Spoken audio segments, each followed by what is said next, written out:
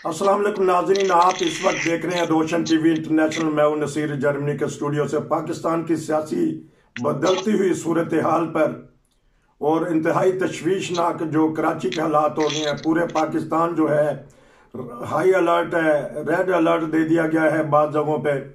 मैं चलता हूं सबसे पहले हमारे जो एडवोकेट हैं हाई कोर्ट के, उनके पास बड़े सवाल हैं मेरे पास, मैं उनसे जवाब पूछूंगा। जी अस्सलाम वालेकुम दोनों को। जी वालेकुम सलाम रहमतुल्लाहि व बरकातहू। सर ये बताइएगा, क्योंकि स्वीडन से भी हमारे साथ हैं भाई अब्दुल कयूम साहब, आप बताइएगा जो रिकॉर्डिंग हो रही है जजेस की, और ऐसे तरीके से बोला जा रहा है जिस तरह दो दोस्त होते हैं, ऐसी गुफ्तगू तो सुनने में नहीं कभी आई जो एक जज साहिब पे इल्जाम लगाया जा रहा है। तो क्या देखते हैं हमारी जजेस को, हमारी अदालतों को, हमारे कानून? पहली बात यह है कि हमारी अदलिया की तारीख हमेशा से ही इतनी ही स्याह रही है जितने इनकी आज कल जो वीडियो सामने आ रही है उनके सामने हमें समझ आ रही है। सवाए 3 जजेस के तमाम अदलिया तारीख जो है वो या तो डिक्टेटरों के हवाले में गुजरी है या फिर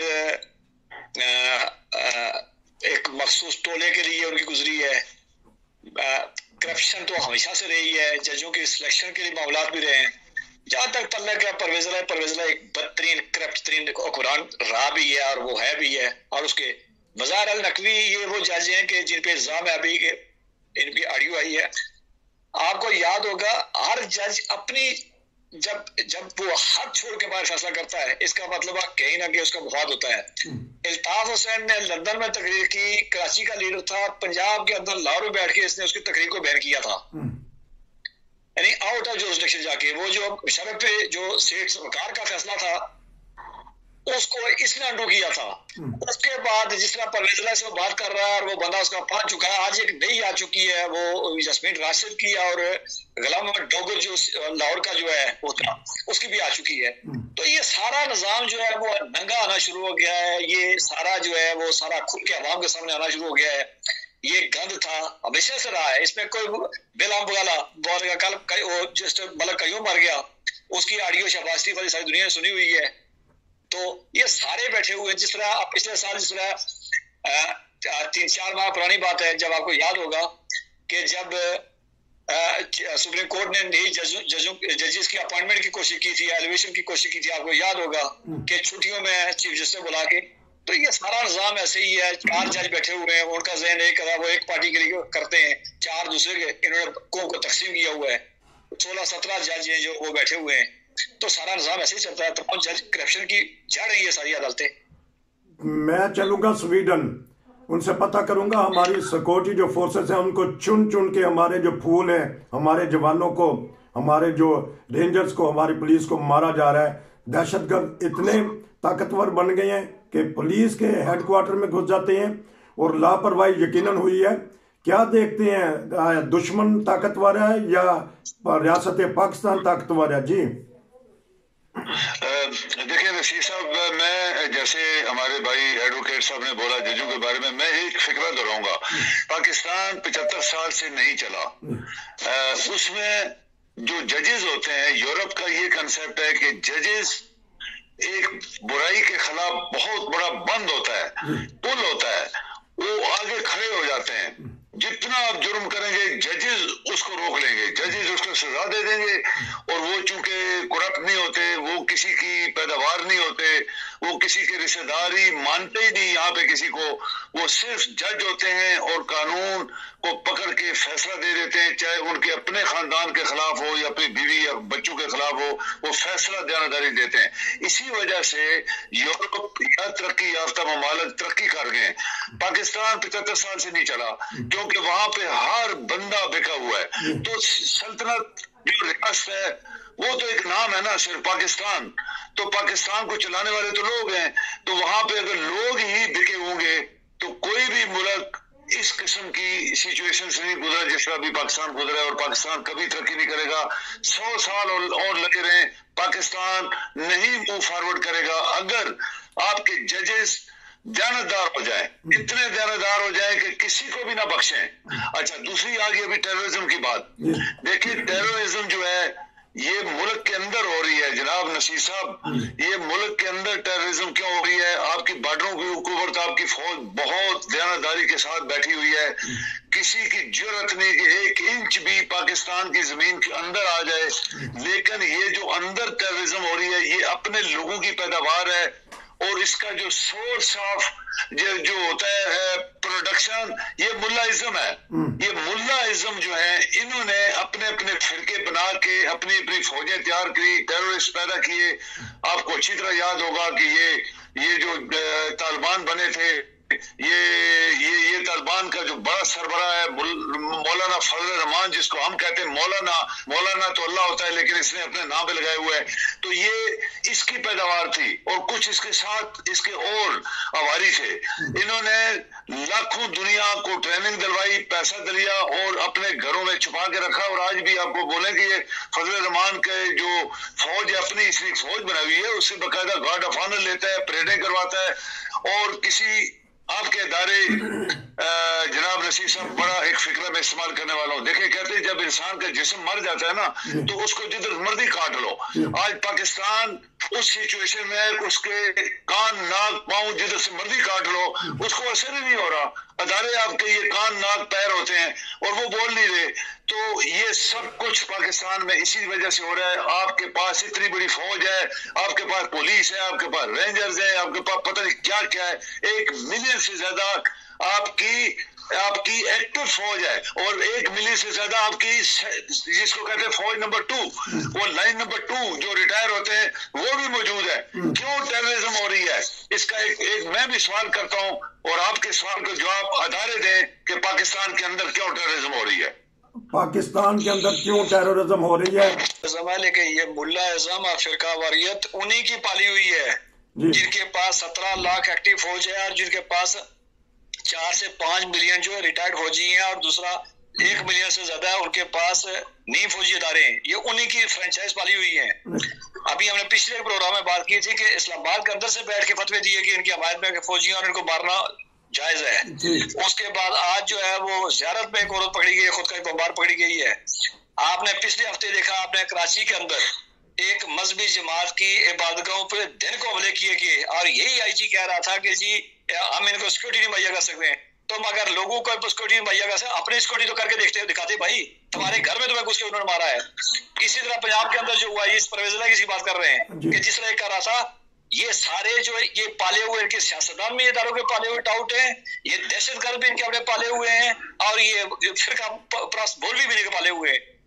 जो कौम इस 21वीं सदी में जब दुनिया में इंसानी हुकूक की बात होती है, जब इंसानी हुकूक के लिए लोग में खड़ी हो जाती हैं, वहां जिस तरह का ये नासूर पाल रहे हैं, तो ये कौम जो है इसका जिस्म, वो दोस्त ने कहा कि इसका जिस्म अगर कहीं सुन्न हो जाए या मुर्दा हो जाए, काट दिया जाए, ये सुन्न करने वाले खुद ही उसको और खुद ही कटवा रहे।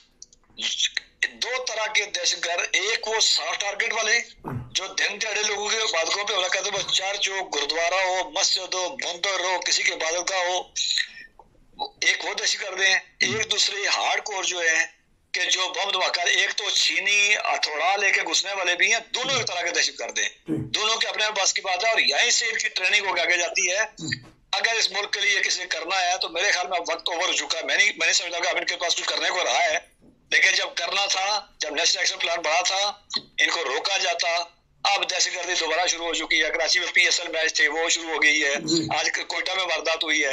आप रोज खबरों में सुनते हैं मियां वाली में, KPK में, कि मुनज़्ज़म 12-12, 14-14 बंदे जो है वो हमला करते हैं, थानों पे करते हैं, पुलिस के उसके जगहों पे करते हैं।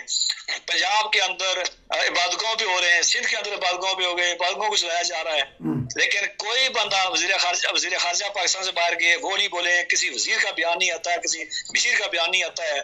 बाकी ये तो काम चलता रहेगा, चूंकि इनके अंदर वो फजल रहमान हो, मौलवी अजीज हो या कोई तीसरा हो, इनकी हमायत याफ्ता बैठे हुए हैं, और जब तक वो बैठे हुए हैं तब तक ये नस्रियां इनकी आबाद हैं, और ये बच्चे इनके पैदा होते रहेंगे, कौम के साथ खिलवाड़ करते रहेंगे। और जिसका काम इनको रोकना था, ये उसी के पाले हुए हैं। ये गुड और बैड तालिबान की जो जब तारीफ की जाती तब लोग कहते थे कि खुदा का रास्ता इनको रोको, लेकिन पालते गए हैं। अब देखें, एक बड़ा स्टीरियोटाइप बयान आता है हमेशा हर धमाके के बाद कि जी दहशतगर्दों का कोई मजहब नहीं है। वो भाई दहशतगर्दों का मजहब नहीं है, हमारे पास मसलक तो है। मसलक इसलिए कि ये डेड बॉडी उठाई है, कोई लेके जाएगा, इसको तदफीन करेगा, इसका जनाजा पड़ेगा, इनके शनाख्ती कार्ड निकाल के देखें ये फला इलाके के, फला इलाके के। ये हमेशा एक मसलक से क्यों नहीं होते हैं? जब इबादत के पे हमला हो तो फिर वो मजहब की बात आती है, फिर वो उनका मसलक निकलता है। ये यही के अंदर के नासूर हैं, इसी रियासत के पैदा किए हुए नासूर हैं, और इसी रियासत के खून को ये जिसम को चरके लगाते हैं और उसका खून बह रहा है। मैं चलूंगा स्वीडन। मैं पूछूंगा कि कौन सा माइंडसेट इनके पीछे काम कर रहा होता है कि एक बंदा अब किसी की जान लेने के लिए और अपनी जान लेने के लिए देने के लिए तैयार हो जाता है, तो क्या वजह है और इसके सद्देबाब किस तरह हो सकता है? जी स्वीडन। आप देखें कि नतीजा बात यह है कि मुल्क की जो डिफेंस होता है ना, बनाया जाता है, उसके ऊपर $बिलियन लगाए जाते हैं। वो पाकिस्तान की सिक्योरिटी बाहर से और अंदर से दोनों की जिम्मेदार होते हैं। उसमें पुलिस भी आती है, उसमें फौज नंबर 1 पे होती है, और बाकी अदारे फौज के अंडर ही होते हैं सारे, सिवाय पुलिस के। अब देखें कि पाकिस्तान में फौज को कितना मारा गया है। हैरानगी की ये बात है, अभी कल परसों 2 कैप्टन मेजर वहां पे, ये जो सरहद का इलाका है जिसको हम पहले कहते थे, अभी केपी पता नहीं क्या बनाया हुआ है, वहां पे उनको मारा। हर रोज फौज के बंदे बलूचिस्तान में, सरहद में, किसी न किसी बॉर्डर के ऊपर उनको मारा जाता है। और फौज ही सबसे बड़ी पाकिस्तान की डिफेंस लाइन है। यानी डिफेंस लाइन का मतलब है कि सबसे ज्यादा असला पैसा उनके ऊपर लगाया जाता है कि कोई बंदा मुल्क की जो होती है एक उसकी एंटिटी होती है, ये मुल्क की जो एक मुल्क को कायम रखने के लिए किया जाता है, उसको फौज संभालती है। फौज के अपने बंदे कितने मारे गए हैं, और किसी ने फिर भी किसी को परवाह नहीं हुई। हर रोज फौज के पहले बंदे मरते हैं, पुलिस की चौकियों पे आते हैं, मारते हैं, फौज की चौकियों पे मारते हैं, सिविलियन लोगों को मारते हैं। साफ टारगेट जैसे मस्जिदें हैं, वहां पे देखें लोग नमाज़ें अल्लाह को याद करने जाते हैं तो वहां मारते हैं, चर्चों में मारते हैं, किधर मारते हैं। ये सब कुछ इंटरनल है। और आपको याद होगा कि मुशर्रफ साहब ने एक दफा कहा था कि हमें बाहर से कोई खतरा नहीं, क्योंकि बाहर से जो अंदर आने वाला होगा उसको पता है हमारे पास क्या क्या चीज है। लेकिन इंटरनल सबसे बड़ा खतरा है इस मुल्क को तबाह करने के लिए, मुल्क को खत्म करने के लिए। और उसका सबूत ये खत्म नहीं हुआ, आज हर रोज चल रहा है, हर रोज चल रहा है, हर रोज चल रहा है। जब आपके सियासतदान करप्ट हो जाएंगे, जब आपके अदारे करप्ट हो जाएंगे, जब पाकिस्तान का पैसा मुल्क की बजाय लोग इस्तेमाल करेंगे अपनी जात के लिए, तो फिर ये जो अदारे हैं पुलिस के या इंटेलिजेंस के, या ये वो कहते हैं ठीक है जन्नत में जाओ, हम भी अपना काम कर रहे हैं, जो होता है सो होने दो, हम क्या करें भाई। तो ये कुछ हो रहा है पाकिस्तान में। पाकिस्तान को घुराने के लिए 75 साल से बड़ी हिम्मतें कोशिशें की गई, लेकिन अल्लाह की मेहरबानी से नेक लोग हैं जिनकी वजह से अल्लाह ने बचाया हुआ है। आज भी पाकिस्तान जो बचा है, तो इसके पास है तो कुछ भी नहीं है, उसके पास पैसा नहीं है, उसकी सियासत खत्म हो गई है, उसका सारा सिस्टम फेल हो गया है, हर चीज उसकी फेल हो गई है। फिर भी अल्लाह के नेक बंदों की वजह से शायद ये चल रहा है। लेकिन आपके अदारे क्वेश्चनेबल है। यहाँ पे सबसे बड़ा जो सवाल है वो आपके अदारे हैं। क्यों हमारे मुल्क के अंदर, क्यों ये लोग सर उठा के लोगों को गली महलों, शहरों, मस्जिदों में मारते हैं? क्यों फौज के बंदों को बॉर्डरों के ऊपर मारते हैं? क्यों हर जगह पोस्टों, जहां पोस्ट खड़े होते हैं लोग, वहां उनको बम से उड़ाया जाता है? ये सिर्फ सवाल उनके लिए है, क्या वो अपनी ड्यूटी ईमानदारी से कर रहे हैं? क्या इस मुल्क को वो बचाना चाहते हैं कि नहीं बचाना चाहते? ये मेरा सवाल है।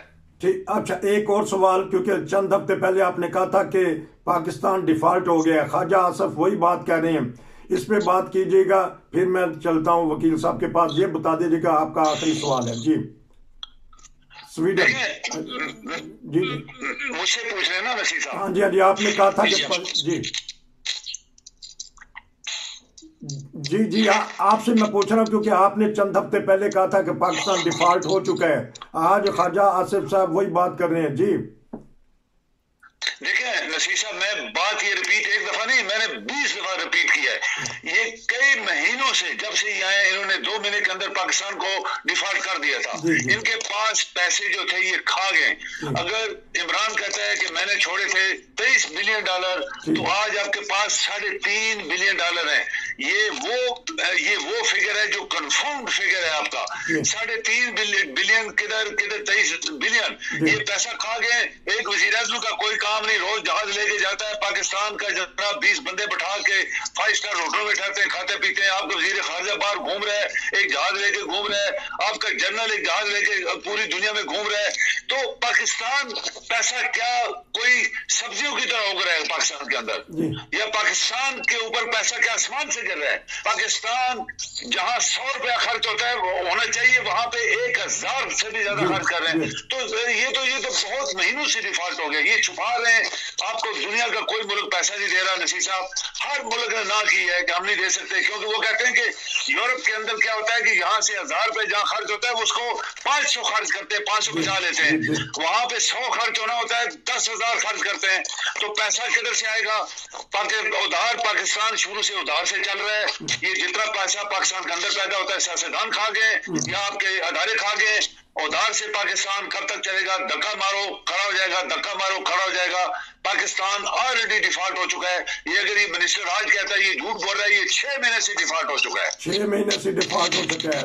बताइए ये सरदार साहब, आप बताएं, आखिरी 2-3 मिनट है हमारे प्रोग्राम के, क्या हालात देख रहे हैं डिफॉल्ट के बाद, या डिफॉल्ट होने के करीब है?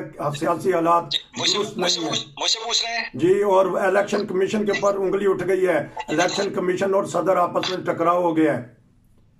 देखिए, पहली बात ये है कि मैं थोड़ा सा इख्तिलाफ करूंगा स्वीडन दोस्त से। ये बीमारी एक दिन नहीं होती है, ये बहुत पहले से हो चुकी है। मेरा ख्याल है पाकिस्तान पिछले 2 से 2.5 साल से यही इसी साइड पे जा रहा है। डिफॉल्ट की बहुत सारी किस्में होती हैं, और वो अगर किसी आखिरी आप जा रहे हैं उस पे कि ये आखिरी कैटेगरी में जा रहा है, तो वो शायद अब वक्त आ चुका है। पर टेक्निकली पाकिस्तान 2 से 2.5 साल पहले ही हो चुका है। पाकिस्तान के पास कुछ असासे ऐसे हैं कि जिनको अगर एकदम मुल्क डिफॉल्ट होता है तो दुनिया के लिए परेशानी बढ़ती है। अभी आपने देखा कि खबरें ये भी हैं कि जो इदारा है एटमी, जो इस्ताद का इदारा है, जो इंटरनेशनल इदारा है, वो गया हुआ था और उनकी कोई बात हुई है कि 165 से लेके 25 पे लेके 25 से 5 पे आएगा। कुछ चीजें इस तरह की है कि इतने बड़े मुल्क को गिराने के लिए वक्त चाहिए होता है, या कम से कम उसको टाइम दिया जाता है। टेक्निकली मुल्क जो है, मैं बिल्कुल एग्री करता हूँ कि साल सवा साल से ये डिफॉल्ट ही चल रहा है। जो इसको चल रहा है वो इंजेक्शन लगा के इसको खड़ा किया जाता है, इंजेक्शन का असर खत्म होता है, फिर गिर जाता है।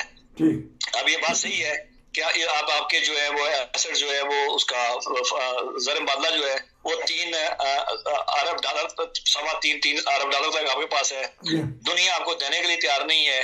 दुनिया अपना इस गिरने वाले से मलबे से अपने आप को बचाने के चक्कर में है। जहां तक आपने बात की कि वो उसकी अंगलियां उठ चुकी हैं, पाकिस्तान में कब अंगलियां नहीं उठी हैं? पाकिस्तान में कौन सा इलेक्शन हुआ है कि जो इलेक्शन वो उसको किसी ने कहा हो कि एक 70s का कहते हैं, हमारी पैदाइश पर एक बात है कि वो इलेक्शन फ्री एंड फेयर हुआ था, तो वो फ्री एंड फेयर हुआ था, किसने उसको तस्लीम किया था? उसके बाद इलेक्शन कमीशन हमेशा तो मुतनाज़ा रहा है, अदालती फैसले हमेशा मुतनाज़ा रहे, अंगलियां उठती रही हैं। मैं बिल्कुल मानता हूँ कि इलेक्शन अगर बिल्कुल पाकिस्तान के अंदर फ्री एंड फेयर इलेक्शन होना चाहिए, और उसके बाद जो जिसको इक़्तिदार अवाम सामना चाहती है उसको बिल्कुल मिलना चाहिए। लेकिन जिस तरह खेला जा रहा है, इक़्तिदार वाले खेल रहे हैं, दूसरे खेल रहे हैं, तीसरे खेल रहे हैं, मुल्क का जो इकॉनमी है उसमें सवाए आपके पास बुरी खबरों के कोई और कोई रास्ता नहीं है, और वही बुरी खबरें सलसल से आ रही हैं। हमारे पास ऑडियोज आ रही है, हमारे पास वीडियोज आ रही है, हमारे पास बम धमाकों खबरें आ रही हैं, हमारे यहाँ दहशतगर्दी के वाकयात आ रहे हैं, हमारे पास हुक्मरानों की लूट मार की खबरें आ रही हैं, और ये खबरें आती रहेंगी जहां तक तल्लक है। इन्होंने कहा वज़ीर खारजा, ये बिल्कुल सही बात है कि इनमें से सारे अपने जहरी लगाने वाले। आज ये खास बात यह है कि जो तुर्की को दिया गया है वो उसका सैलाब फंड का, जो सैलाब का सामान, उसका ज़लज़ले का सामान भेजा गया है, तो पता चला कि वही सामान जो तुर्की ने हमें दिया हुआ था, तो उसी को हमने दोबारा पैक करके उसको भेज दिया है। ये हमारा कल्चर ये बन चुका है, हमारी पहचान दुनिया में चोर बन चुकी है, और आपको ईमानदारी जो है वो नापैद हो चुकी है।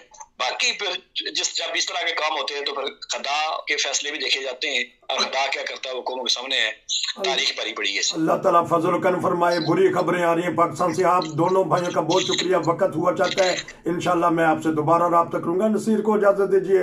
रोशन टीवी को सब्सक्राइब कर लें और दूसरों को भी बताएं कि हमारे पास बेहतरीन तबसरा नगार हैं जो पूरी दुनिया से आपको तबसरा और तज्जिया पेश करते हैं। नसीर को इजाजत दीजिए। अस्सलाम वालेकुम।